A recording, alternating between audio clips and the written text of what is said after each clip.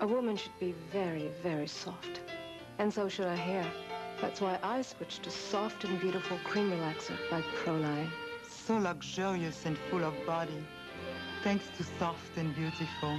Since my beautician recommended Soft and Beautiful's no-lie relaxer and maintenance system, my hair feels, so silky. So luxurious. So soft. Soft and beautiful.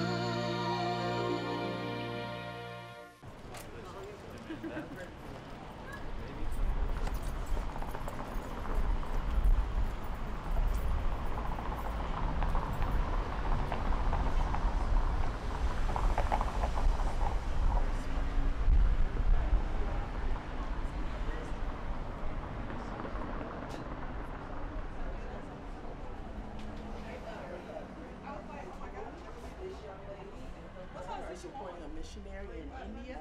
This young lady is a pastry chef over at Washington Duke. We have a young lady that makes Lego earrings. We have another cosmetologist who actually makes chemical-free cleaning products. So look around, we have macrame pearls. I went natural in 2003 because of financial reasons in college. It was just cheaper, and I stopped getting relaxers. Relaxers were like $60. I don't know how much they are now. It's been so many years, but they're like $60. Okay. They're like $60, and it just wasn't an option. It was like food or relaxers, and I chose food. And then I went natural again. Okay, so what happened was that the first time I went natural was because, well, the second time I went natural was because that first time my hair just basically broke off. It just completely, I didn't take care of it. I didn't know anything about hair. I didn't know about, like, organic products. I didn't know anything. So basically it just broke off because the area between the relaxed hair and the natural hair is very weak. That little area is extremely weak. So, I mean, if you just comb it wrong and without taking care of it, it'll just break off because the relaxed hair is actually weaker than the natural hair. So actually my haircut itself, it did the big chop itself because it was like, I want to try to remember what that name of that character is. It was like a big thing of hair right here, and then like it was bald, and then it was like another one over here. It was horrible.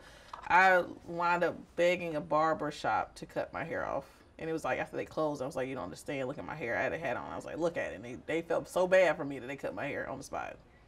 That's how bad it was. It was horrible. Oh, a big chop is when someone decides. There's different ways to transition to natural. You can wear extensions, which are braids, and then grow your hair out, or you can chop your hair completely off into like a low cut, and that's what they call the big chop. It's almost like, I can't describe it. It's just a very, very small. Sometimes people go completely bald, like they just shave their whole head off. And that's a look now too. Or you have a little bit of hair, and that's just a little bit, like a small little afro. They call it TWA, a teeny weeny afro. I think now I'm more aware of I'm way much more aware of now of what I put in my body than I was when I was younger. So when I started doing a lot of research on the different ingredients, I noticed that the best products for my hair weren't locally available. I would have to buy a shampoo, and most of the stuff came out of Houston, Texas. I would buy $8 shampoo in Houston, Texas, and pay $5 or $6 for shipping. It just didn't. I mean, it was crazy. I was like, I want one day to open up a shop where you can have all your stuff. I want to be able to walk in and touch it because I'm one of those people. I'm a visual person. I like to touch and feel and see, and so I can't really do that online.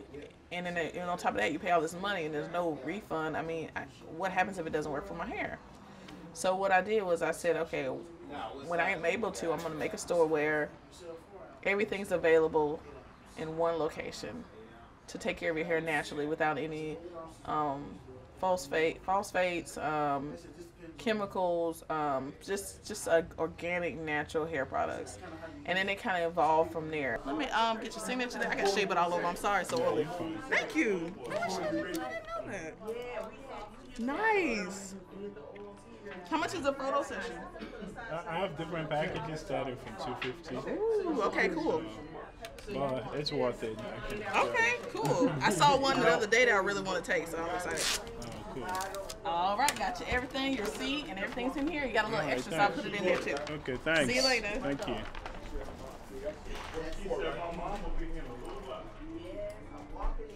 Start your hair assessment. Here you go. Thank you. So first, to start off, we talk about porosity. Porosity is, how can I explain this? High porosity is low porosity hair. High porosity hair is hair cuticles like this. So water goes in and out very easily. So for example, when a person has high porosity hair, their hair tends to, when they put products on it, they suck it in. But then because like if we in a window, it just goes right back out too. So their hair tends to be like more, how can I say, it's more frizzy. People with low porosity hair is the exact opposite. Their hair shaft is tight like this. So it's hard for water to get in. Once it get in, it's fine. But the problem is getting the water in the hair, which is the exact opposite of high porosity hair. So what water does is tell us, well, let you decide.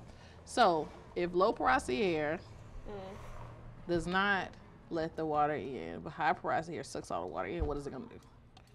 What, low porosity hair? Low porosity hair, since it doesn't let it in, it's not gonna sink down, right? Exactly.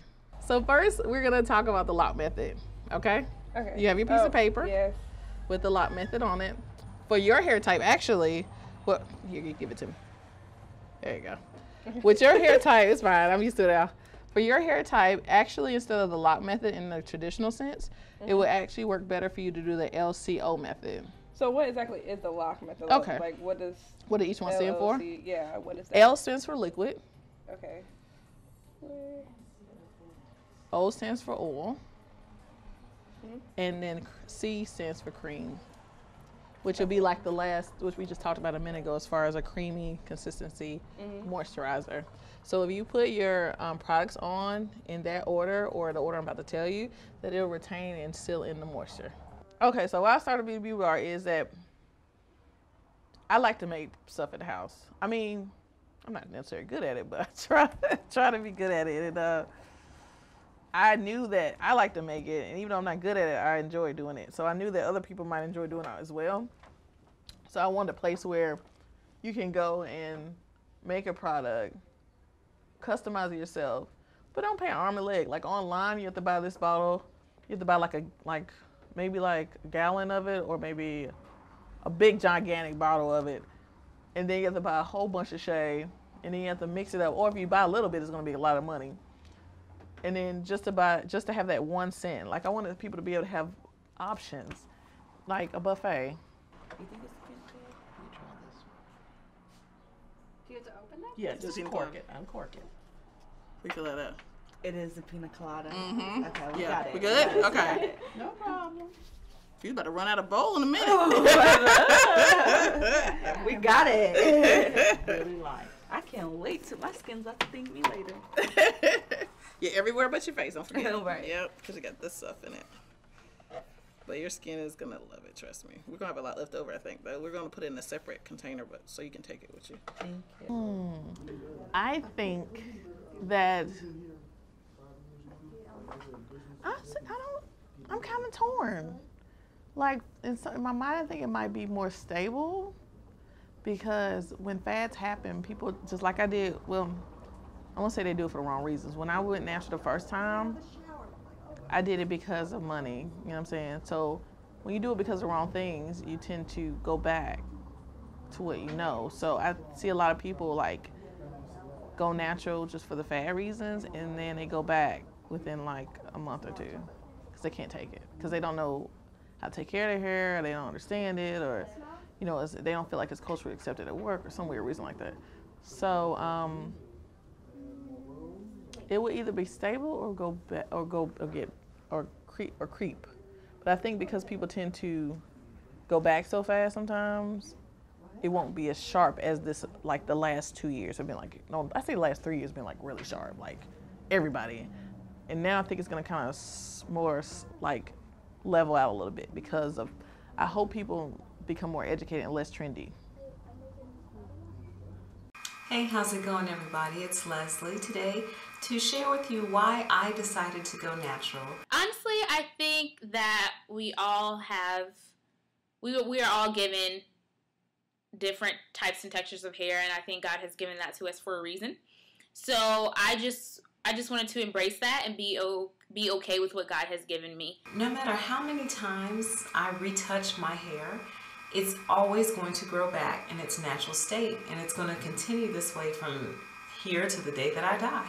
It's never going to remain chemically processed. It's always going to come back as itself. So why not just let it? When I first started, I was kind of like, ugh, I feel like a slave.